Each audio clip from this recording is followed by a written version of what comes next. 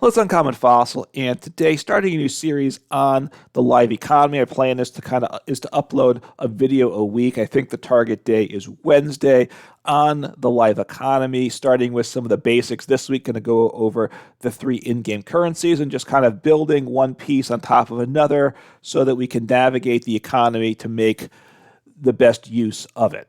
Okay, so like I said, very basic this week, the currencies. And Live gives us descriptions of them. Three currencies. First, coins. Coins only get cosmetic items. You could get things for your avatar, clothes and such like that for your avatar, and things for your decks, boxes, sleeves, coins.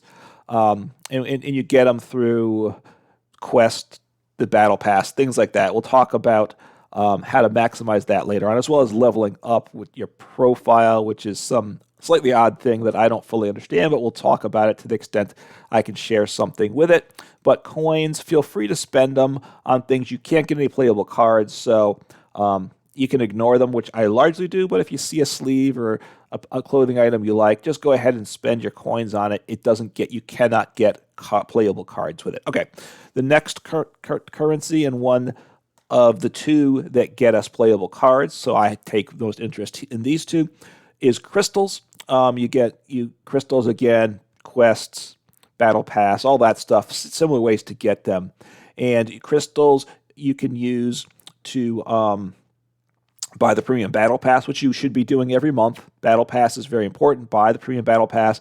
And then in the in-game shop, you buy products. So I will talk about spending the crystals in the shop in an efficient manner in a future video. So if crystals are very important, they get items in the shop as well as the battle pass, which you want to buy that every time it resets every 3 months or so. And then the third and final currency is credits.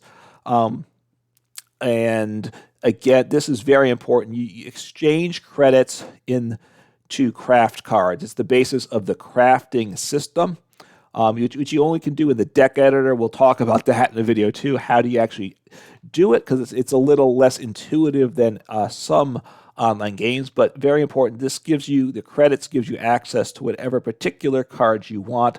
The cost, the more rare the card is, the more expensive it is. So if you are happy with basic arts of things, you can craft cards for less. Keep that in mind for sure.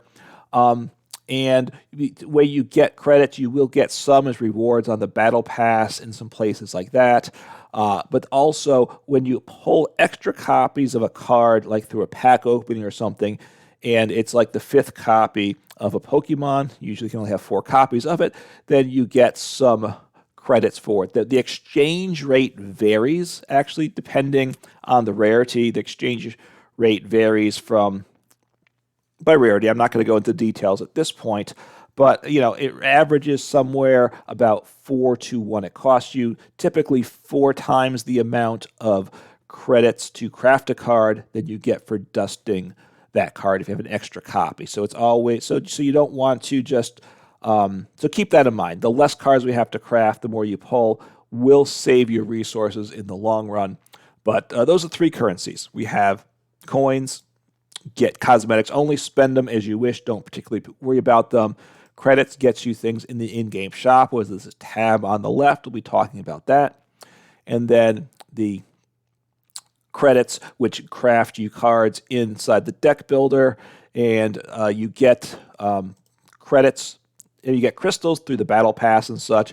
You get credits through the battle pass, but also through the dusting of extra copies of cards. So that's the basics of those are the 3 currencies. A little introduction to each of them. We'll be talking in more detail in future videos. If you have things in particular that you want to know about, please let me know in the comments below.